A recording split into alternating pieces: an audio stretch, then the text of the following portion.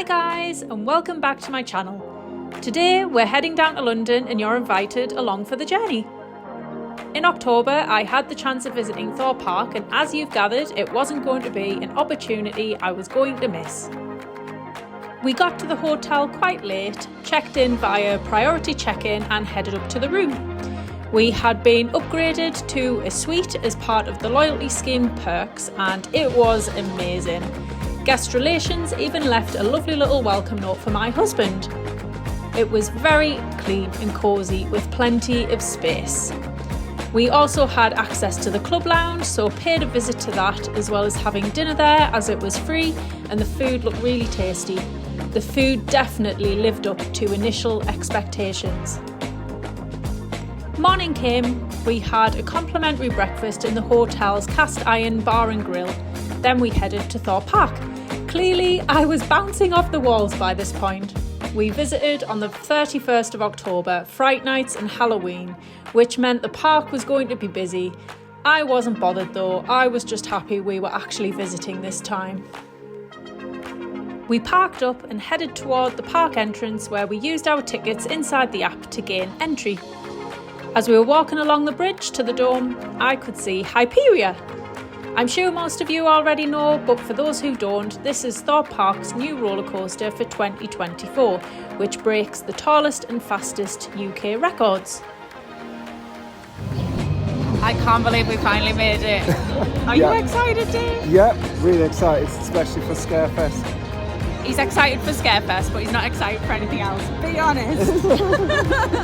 No, I am. No, he's looking forward to Stealth.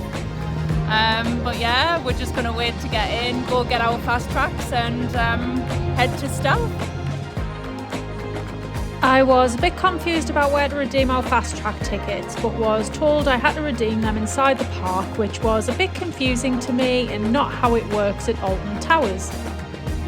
Gates opened, and to cut a long story short, the fast track queue was very long, and I was told that because I had my tickets on my phone, I could just show this to ride operators, so that's what we did up until around 4 PM when it became a problem for one operator. I think you guys have probably guessed that as soon as the rides opened, we headed straight towards Stealth, my favourite roller coaster in the park. Stealth is an accelerator coaster built by Intamin and opened in 2006. Stealth accelerates from 0 to 80 miles per hour in 1.8 seconds. Did you know that the initial acceleration isn't that much different to Top Thrill Dragster's old launch? We had 2 back-to-back rides on Stealth and it's awesome. Dave encouraged me to wait for the front row and it really didn't disappoint. I absolutely love it. It's definitely my favourite roller coaster in the UK. After 2 rides on Stealth, we headed straight to the Swarm. This area is absolutely stunning and probably the most immersive themed area I've ever experienced myself. The Swarm is a wing coaster designed and built by B&M in 2012. The area of the Swarm is essentially an area that has been destroyed by mechanical invaders, or at least that's what I think. The area includes a partially destroyed church, crashed aeroplane, upturned ambulance, half-submerged fire engine, overturned truck, and damaged helicopter, as well as a few other bits of theming which adds to the immersive atmosphere. The area is just so impressive, and I would love to see more themed area like this throughout our UK theme parks. The Swarm train diving through the large billboard sign is one of my favourite areas of the park to photograph. I actually remember the Swarm being my favourite ride at Thorpe Park, but for some reason I didn't actually enjoy it this time. Maybe it was because I sat closer to the front rather than toward the back. After a ride on the Swarm, we headed toward Nemesis Inferno. Nemesis Inferno is an inverted steel roller coaster built by B&M in 2003 and is themed around a volcano, which is pretty cool. I was a bit disappointed with operations at this ride. Despite the fact we paid a lot of money for fast track, we were not prioritised at all, which I didn't think was very fair. Aside from that though, we had a front row ride after waiting for around an hour, which didn't disappoint, although I do prefer Nemesis at Alton Towers. After Nemesis, we headed to Colossus, the first major attraction to be built at Thorpe Park back in 2002. Colossus is a 10 inversion roller coaster built by Intamin and used to hold the title for most inversions until the Smiler at Alton Towers took the record in 2013. Sick at Flamingoland actually has a similar layout to Colossus. Colossus surprised me a little bit because a lot of people say that it's a really rough ride, but I didn't actually feel it was rough at all. Sick at Flamingoland is definitely the better 10 inversion, but I found Colossus really smooth. The trains could do with being replaced, but other than that, it's a brilliant ride. I was planning a ride on Samurai, but unfortunately that was closed. Can you tell why? By this time, I was ready for Saw the Ride. Saw is a Eurofighter manufactured by Gerstlauer. It opened to the public in 2009 as the steepest freefall roller coaster in the world with a drop angle of 100 degrees. I love the theming of this ride, including the indoor sections of the ride itself. Fabulous coaster, despite what you hear by other enthusiasts on the internet. As we were in the vicinity, we had a sneaky look at the construction site of Hyperia, Thorpe Park's new Mack roller coaster for 2024, which is going to be the UK's tallest and fastest roller coaster. It actually looked like they were getting ready to complete the first inversion. Very exciting! At around 1:30, we decided it was lunchtime, so we headed toward the dome as Dave wanted to grab something from the cafe that was inside. Just outside of the dome, there is Quantum, a magic carpet, not my cup of tea anymore in my old age, and Vortex. Can you believe I've never actually been on Vortex, so I'm going to make sure to give it a go in 2024. The dome is quite spacious with a few different eateries and a merchandise store. We went to the cafe where we grabbed a coffee and a muffin. I had an apple and caramel muffin, which was really scrummy. Cue our on-ride picture of Stealth, where I always pull the same face on an accelerator roller coaster.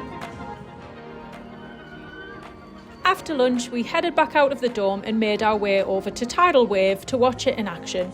Tidal Wave is a giant shoot-the-chutes water ride and was built in 2000. People get very wet on this ride, and I nearly got wet just trying to film it.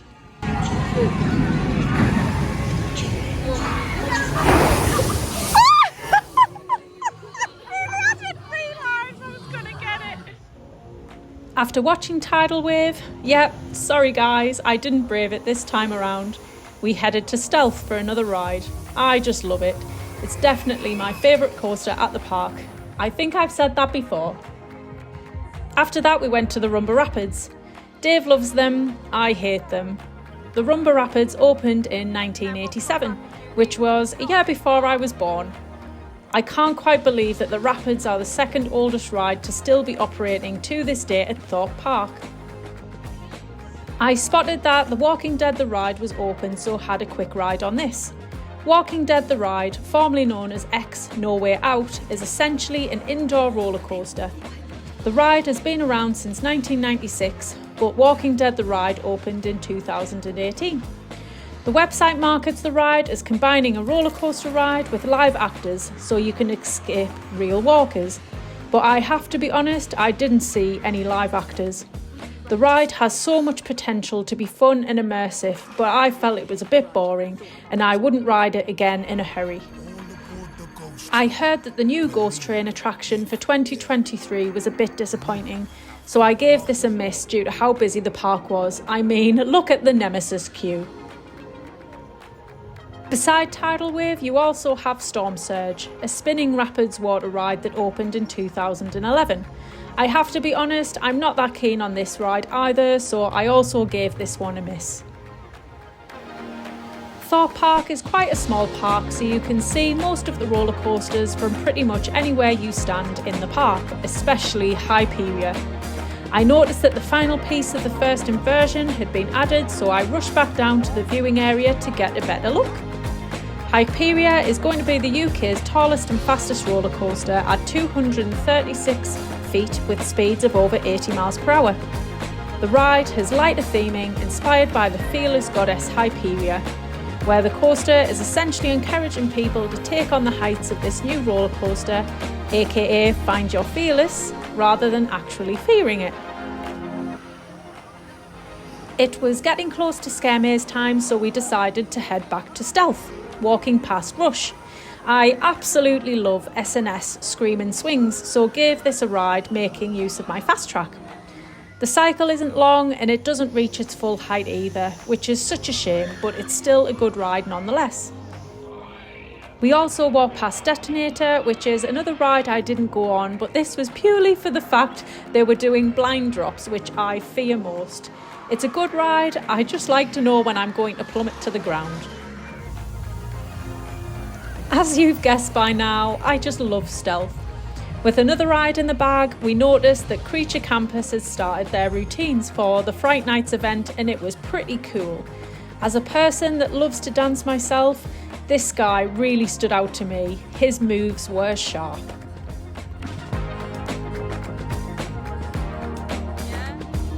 It was now time for Stitches. The queue was really busy and took around an hour to get through. The start of the attraction was really good, where an actor introduced us to the story linked to it. I'm not sure about anyone else, but we were honestly disappointed. There were a few girls in front of us who were dramatic to the point I had to tell them to calm down, as one of them smacked into my husband before rushing past me and collapsing on the floor in an over-the-top fashion. There seemed to be quite a lot of dead spots, for example, places you expected actors to be but weren't. Some of the theming was really good though, and if it hadn't been for the girls in front, I think it would have been a much better experience. We were that disappointed that we actually decided to skip trailers altogether. If I could go back in time, I wish I'd not paid for the additional scare mazes and utilised the free scare zones like Morkin Meadow or Death's Doors, which actually looked really good.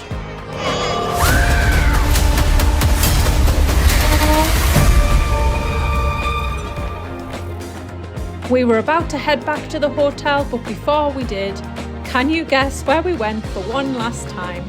You got it, Stealth of course. Stealth looked insane in the purple and pink lighting. The queue looked huge, but lucky for us, our unlimited island fast pass was still good to go. I've never actually been on a roller coaster in the dark before, so I was excited to give Stealth a go. I honestly have no preference, but it was awesome to get back on my favourite ride one last time before we headed back to the hotel. We had such a good time at Thorpe Park. A few hiccups with the fast track, which I hope the park will address for the money they charge, but other than that I think we had a really good time and got on plenty of rides despite a busy day. Don't forget to check out my raw footage, theme park and travel vlogs. Is everyone else as excited as I am for Hyperia? Let me know in the comments.